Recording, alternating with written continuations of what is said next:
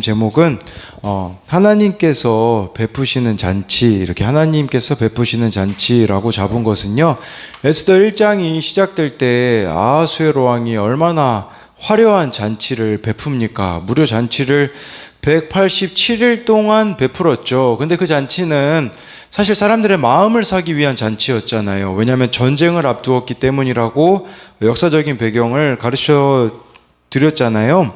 근데 그 잔치 결과가 뭡니까? 왕후 와스디가 폐위를 당하게 되어지는, 그리고 그 이후에 실제 역사에요, 페르시아가 전쟁에 나가서 패배하고 돌아오게 되어지는 것이거든요. 인간이 만든 잔치는 울분과 분노로 끝날 수밖에 없다라는 거예요. 시작은 화려해 보여요. 그러나 그 끝을 보자라는 거죠.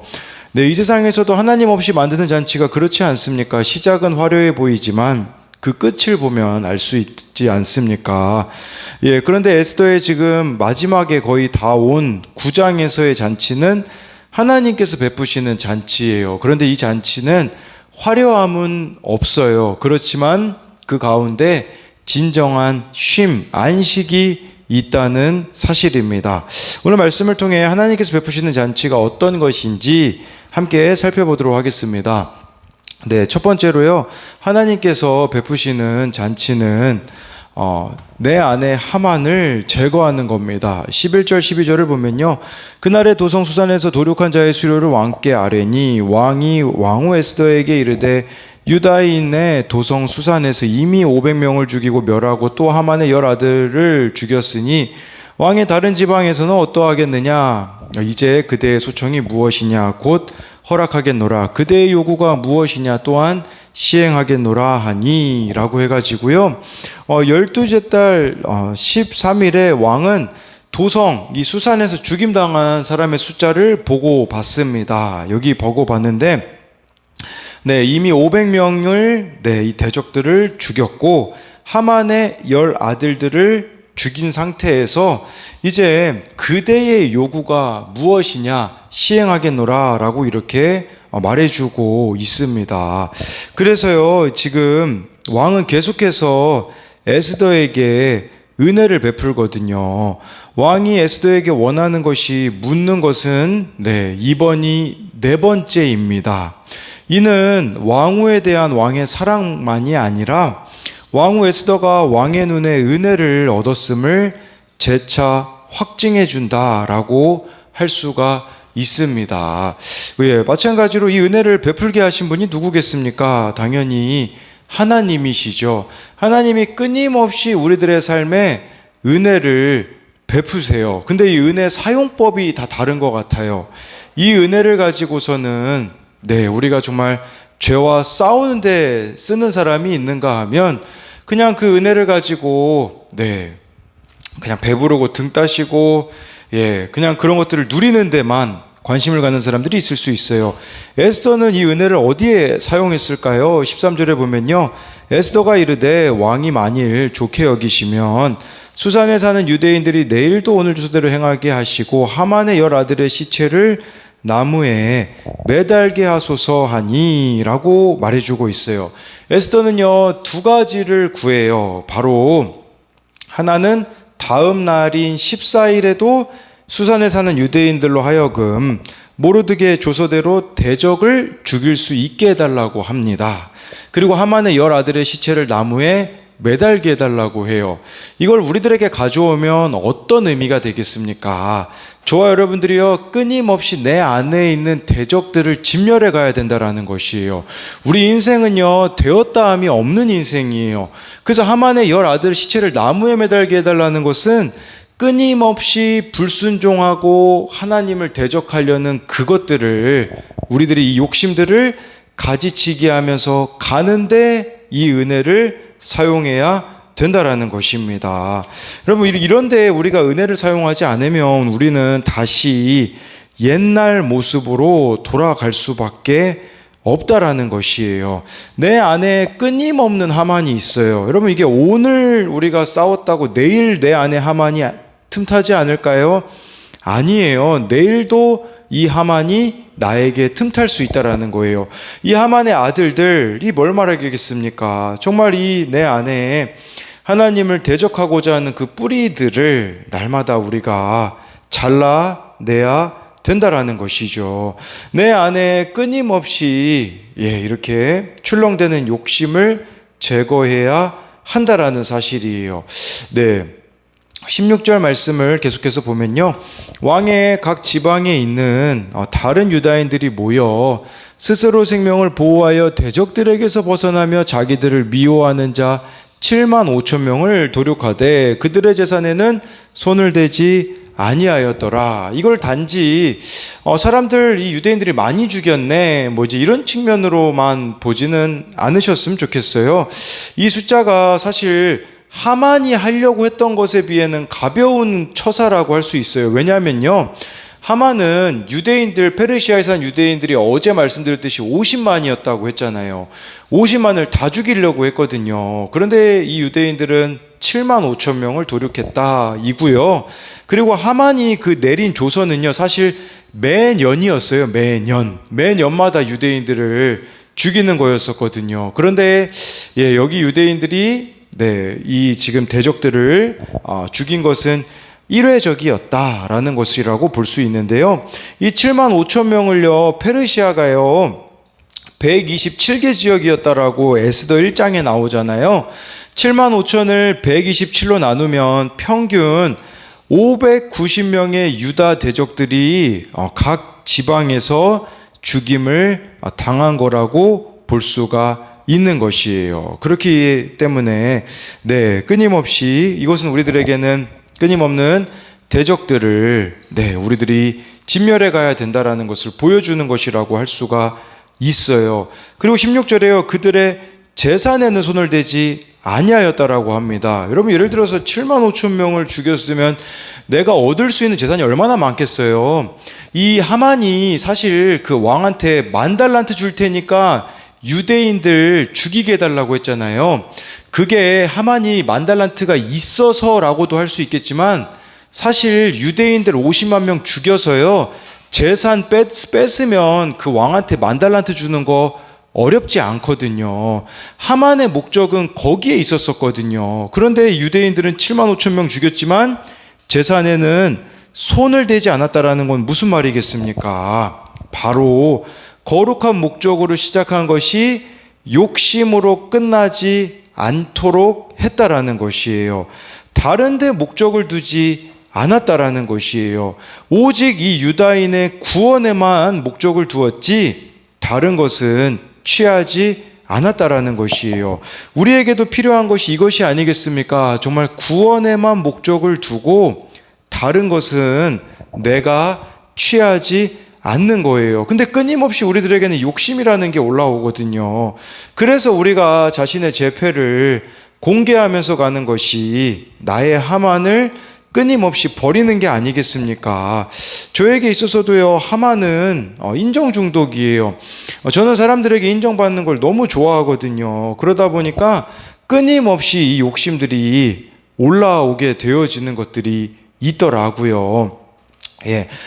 그러다 보니까 설교 자리에 있을 때 제 안에 견디기 어려운 부분들이 무엇이 있냐면, 저는 인정 중독자이기 때문에 많은 이들이 반응해 주지 않으면 못 견뎌야 하는 부분들이 있었어요. 그래서 예를 들어서 제가 설교하는데 누가 졸고 있거나 하면 저를 무시한다고 느꼈던 사람이거든요.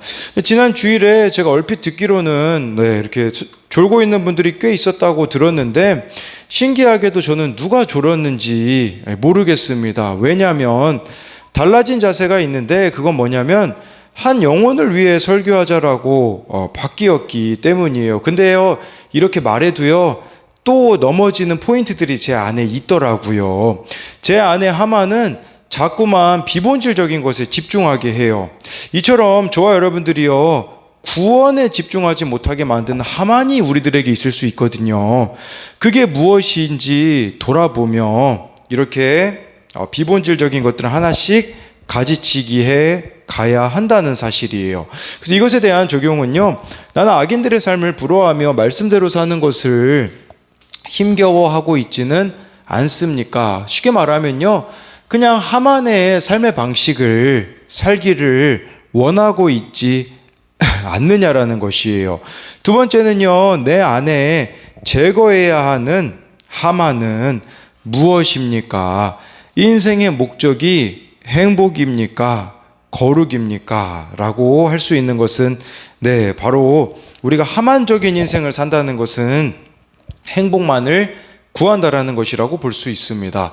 두 번째로요, 하나님께서 베푸시는 잔치는 구원의 잔치입니다.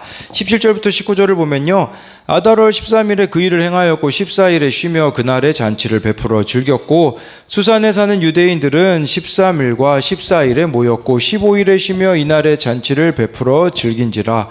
그러므로 시골의 유다인 곧 성이 없는 고을고을에 사는 자들이 아달월 14일을 명절로 삼아 잔치를 베풀고 즐기며 서로 예물을 주더라 라고 말씀해 주고 있어요. 그래서 이제 여기 잔치가 나오잖아요. 이 잔치는 이제는 하나님께서 베풀어 주시는 잔치라는 것을 우리들에게 보여주고 있습니다. 이찬수 목사님의 그 죽으면 죽으리라는 책에 보니까요, 예전에는 가수였다가 지금은 목사님이 되신 이종용 목사님이 자신의 히트곡과 동일한 제목의 난 바보처럼 살았군요 라는 책을 쓰셨다고 해요. 이 노래이기도 하거든요, 이분이 쓴. 그분은 왜 자신의 지나온 인생을 바보처럼 살았다라고 했을까요? 화려한 연예계에서 인기를 누리는 것에 자기 인생을 걸고 그 화려한 인간의 잔치를 누렸더니 거기에는 공허와 허무와 상처밖에 없다라는 것이에요. 인간의 잔치 자리에서 하나님이 주도하신 은혜의 잔치로 옮겨가서 자신의 지난 날을 돌아보니 난 참 바보처럼 살았군요 라고 말할 수밖에 없었다라는 거예요. 구원의 잔치를 맛본 사람들이 말할 수 있는 고백이 그거예요. 이전 삶을 돌아보며 이전으로 돌아가지 않으며 내가 하나님 없이 산 인생은 바보같이 산 거구나 라는 거예요. 어제 아내가 저한테 동성애자에 대한 그 영상을 보내줬거든요. 그게 어떤 내용이냐면 동성애자여가지고요, 트랜스젠더, 이제 성 바꾸는 수술을 한 거예요. 근데 이 사람들 중에요, 다시 원래 모습으로 성전환 수술을 한 사람들이 나오더라고요. 그들이 성전환 수술을 했을 때 인간이 만든 잔치이기 때문에 기쁨이 있을 거라고 생각을 했던 거죠. 근데 그 영상에 보니까요, 어느 분 이런 고백을 하더라고요. 정말 이분은 남자분인데 여자로 이제 성전환 수술을 하는데 성기를 제거하는 그 수술을 받았을 때 그 사람의 고백이 무엇이었냐면 허무함밖에 없었다라고 하더라고요. 그러면서 다시 이전의 모습으로 돌아오게 되어지는데 대부분 그 돌아온 사람들이 누구냐면 예수님을 만난 사람들이라고 볼 수 있어요. 정말 예수님을 만나면 이처럼 구원의 잔치가 있다라는 거죠. 세상의 잔치는요, 죽음의 잔치라는 것을 기억해야 된다라는 것이에요. 이게 내일 큐티 본문에 나오기도 하는 건데 이 잔치 때요, 좀 특별한 게 있어요.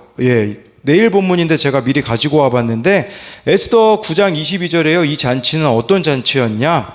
이날에 유다인들이 대적에게서 벗어나서 평안함을 얻어 슬픔이 변하여 기쁨이 되고 애통이 변하여 길한 날이 되었으니 이 두 날을 지켜 잔치를 베풀며 즐기며 서로 예물을 주며 가난한 자를 구제하라 하매라고 말씀해 주고 있어요.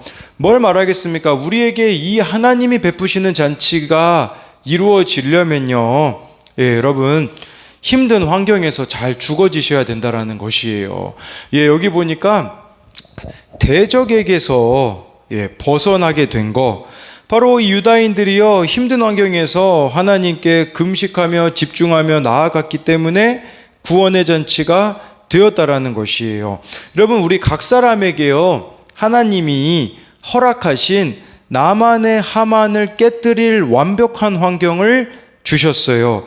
그 자리에서 내가 하나님 앞에 잘 죽어져야만 평안함을 얻게 되어지고 슬픔이 변하여 기쁨이 되고 애통이 변하여 길할 날이 된다라는 것을 우리들에게 말씀해 주고 있어요. 환경이 바뀌어서가 아니에요.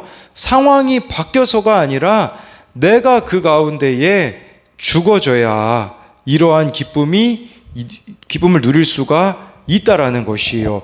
그렇게 되면 어떤 일이 벌어지냐? 서로 예물을 주며 이 잔치에 하만이 그 아하수에로 왕이 만드는 잔치와 다른 거는 뭐냐면 가난한 자를 구제하라 하매라고 이렇게 말해주고 있는 것이겠죠. 하나님이 베푸시는 잔치는 구원의 잔치잖아요. 뭐가 있어야 되냐면 가난한 자를 구제하는 일이 있어야 된다라고 말해주고 있어요. 더 쉽게 말씀드리면요, 내 눈에 가난한 자가 보이는 잔치가 되어져야 한다라는 것이에요.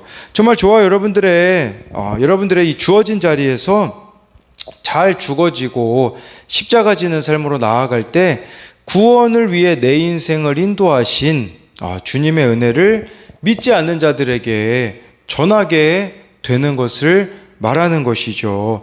제가 지난 주일에 우리 청소년부 애들에게 설교할 때 그런 이야기를 했거든요. 하나님 손에 붙들리게 되어지면 버릴 것이 아무것도 없는 인생이 된다라고 이야기를 했거든요. 저와 여러분들에게 있었던 흑역사들, 힘든 일들, 힘든 상황들, 죽을 것 같았던 사건들이요, 하나님을 만나게 되어지면요, 그것을 가지고 저와 여러분들이 22절에 나와 있는 것처럼 가난한 자를 구제할 수 있게 되어져요. 그게 바로 하나님 손에 붙들리는 거, 나의 상처를 약재료로 삼아 다른 이들을 구원하는 데 사용하게 된다라는 것이죠. 그래서 마지막으로 이것에 대한 적용 질문은, 나의 죄인됨을 깨닫게 해주는 힘든 환경에서 말씀으로, 기도로 잘 죽어지고 있습니까? 두 번째는요, 아까 그 가난한 자를 구제하는 잔치라고 했잖아요. 내가 구원으로 인도해야 하는 자는 누구입니까? 그 가난한 자가 바로 구원으로 인도해야 될 자다라고도 우리가 생각해 볼 수 있습니다. 제가 기도하고 마치도록 하겠습니다. 살아계신 하나님, 인간이 만들어내는 잔치는 화려해 보이지만 그 끝은 허망함과 허무함으로 마칠 수밖에 없습니다. 그러나 오늘 말씀 가운데 하나님께서 베풀어 주시는 잔치는 초라해 보이지만 그 잔치를 통하여서 많은 이들이 회복되고 살아나게 되어집니다. 이 하나님이 베푸시는 잔치를 누리려면 끊임없이 내 안에 하만을 제거해야 됩니다. 내 안에 하만은 욕심이 될 수가 있고요, 교만함이 될 수가 있고요, 하나님보다 더 높아지려는, 하나님 없이도 충분히 내 인생을 살 수 있다라고 주장하는 것이 나의 하만일 수 있습니다. 하만의 아들들이 정말 죽임을 당하고 나무에 매다는 것처럼 내 안에 있는 욕심을 그렇게 매일매일 가지치게 하며 진멸하며 나아갈 때에 하나님, 우리들의 인생에 정말 이 잔치에 가난한 자를 구제하는 것과 같이 하나님, 정말 나의 삶을 통하여서 잃어버린 영혼들이 구원으로 인도함을 받는 데 쓰여지게 하여 주옵소서. 오늘도 이 말씀대로 살아갈 때에 천국 잔치, 천국을 누리는 하루가 되게 하여 주실 것을 믿으며 살아계신 예수님 이름으로 기도드립니다. 아멘.